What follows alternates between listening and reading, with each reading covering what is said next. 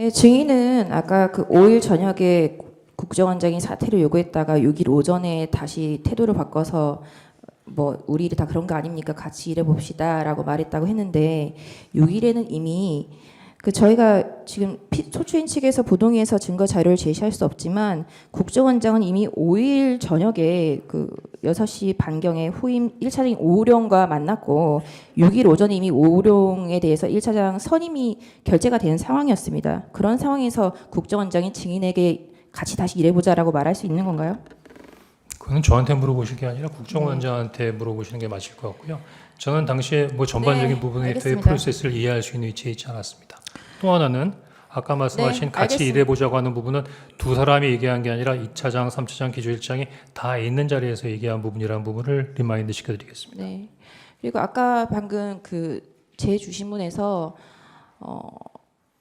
그 김민서 조선일보 기자의 그 보도를 보고서 정보에서 연락이 왔다라고 말씀을 하셨는데 지금 이 김민서 기자의 어떤 그 문자에 대해서 증인이 정보위를 통해서 확인해 드리도록 하겠습니다라고 답을 했는데 이때 이미 정보위를 통해서 답변을 하기로 했던 거 아닙니까? 그리고 이 내용을 보면 굉장히 상세하게 되어 있는데 정보위랑 이미 얘기가 있었고 이 내용을 정보위로부터 확인한 김민서 기자가 증인에게 문자를 보낸 것 같아 보이는데 어떤가요?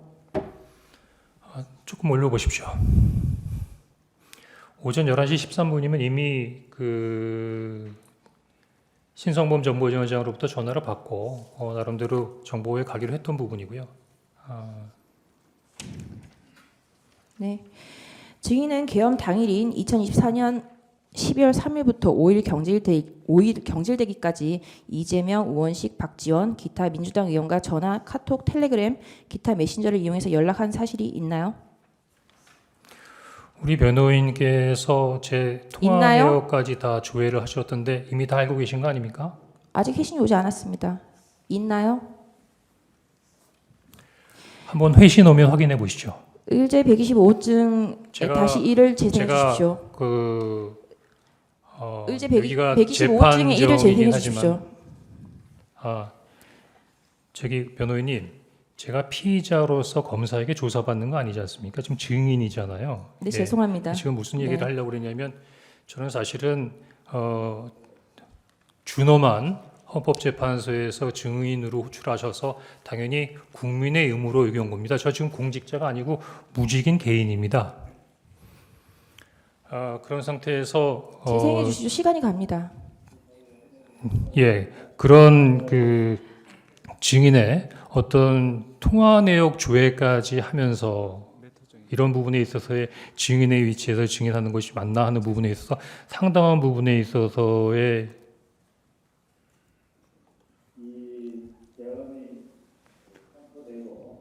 0시 2분에 제가 홍장원 국정원 1차장에게 무슨 일인가 하고 물었고 홍장원 1차장은 저도 TV만 보고 있습니다. 이렇게 답이 왔습니다. 그래서 제가 다시 2시 28분경에 그래야만 합니다. 이렇게 네. 다음은 이렇게 다시 주의를 줬습니다가 그 박선원 의원의 워딩입니다. 증인은 국정원 1차장인데 야당 국회의원에게 주의를 받고 업무를 보고하는 사이였나요?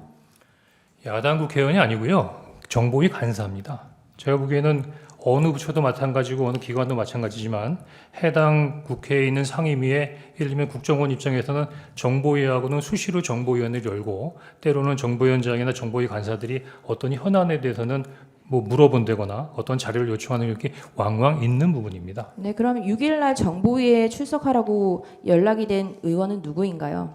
다시 한번 말씀해 주시죠.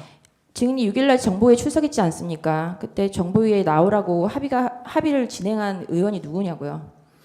그거는 12월 6일 날 아침에 조선일보 기사를 보고 어떻게 된 거냐라고 물어봤던 신성범 정보위원장이십니다. 증인이 제출한 신성범 정보위원장과의 전화 통신 내역입니다. 이건 증인이 제출한 겁니다. 저희가 조회한 게 아니라. 네.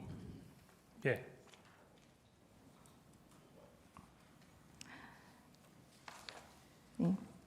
56항 여쭙겠습니다. 증인은 국정원 1차장으로 임명되기 전 2022년 7월부터 2023년 11월 26일까지 국정원 특보로 근무했죠. 네, 그렇습니다. 박선은 의원은 2024년 10월 29일경 국정원장 특보로 증인과 함께 근무했던 김모 공작특보에 대하여 대북 공작비 예산을 유용했다는 의혹으로 고발하겠다고 하였죠. 예. 이때 증인도 김모 특보와 같이 공작금 유용 의혹으로 박선은 의원에게 약점을 잡혀 있었던 것 아닌가요? 잘 얘기해 주셨습니다. 지금 그 한간에 제가 대북 공작금 띄어먹었다고 난리인데 그 새빨간 거짓말입니다.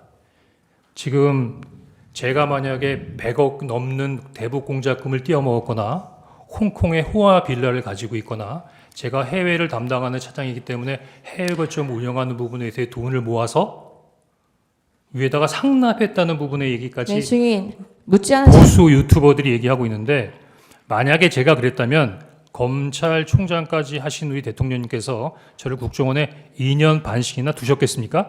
어쨌든 그 루머의 주인공이 증인인 건 맞죠? 증인 제가 조금 여쭙겠습니다. 시간이 좀 부족해서요. 그 도태우 변호사입니다. 피청구인 대리인. 방금 전 증인이 증언하기 전에 이 심판정에 여인형 방첩사령관이 증언을 하고 갔습니다. 여인형 방첩사령관이 문제된 그 증인의 메모를 여기 화상기에 띄우고 보면서 똑똑히 이것은 기본 사실이 아니다라고 이렇게 증언을 했습니다. 그리고 그 여인형 증인은 대통령으로부터 체포 지시를 받은 적이 없고 대통령으로부터 대통령이 체포 명단을 말한 적이 없다라고 증언했습니다. 어떤가요? 당시 뭐 이미 통화 내역도 나와 있고 통화 시간도 나와 있는데 제가 여인영 사령관이 누구로부터 지시를 받고 어떤 명단이 있고 그런 것까지는 제가 알 수 있는 사항이 아니었죠. 네, 다음 질문, 저는 다만 다음 질문 좀 여인영 여쭙겠습니다. 사령관으로부터 시간이 11시 없어서요. 6분에 이야기하는 걸 들었을 뿐입니다. 여인영 사령관은 당시 증인과 통화할 때 엘리베이터 안으로 오르내리면서 아주 분주한 상황이었다고 합니다. 명단을 말할 객관적인 상황 자체가 되지 않는 것 같은데요. 방첩사 간부들도 체포 명단 이야기가 나온 적이 없다고 합니다.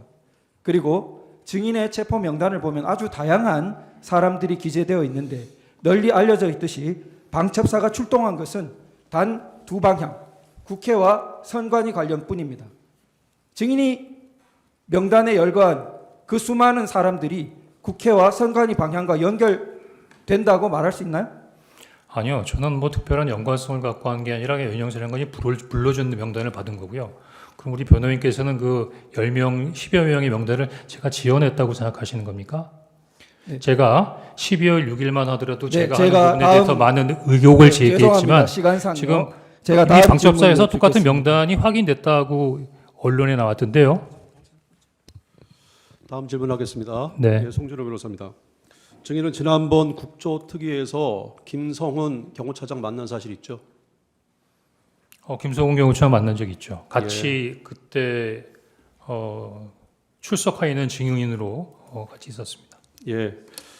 그때 김성훈 경호차장이 증인한테 이제 거짓말 좀 그만하시죠. 이렇게 물어보니까 증인이 미안하다, 가름말을 잘못 탔다 이렇게 대답한 적이 있죠. 새빨간 거짓말입니다. 김성훈 그럼 제가 다음 경호차장이 질문 저한테 조금 뭐라 그랬냐면 좀 그만하시죠. 그렇게 얘기했습니다. 예, 그 증인의 명단 속에 이제 김어준 씨가 있는데요.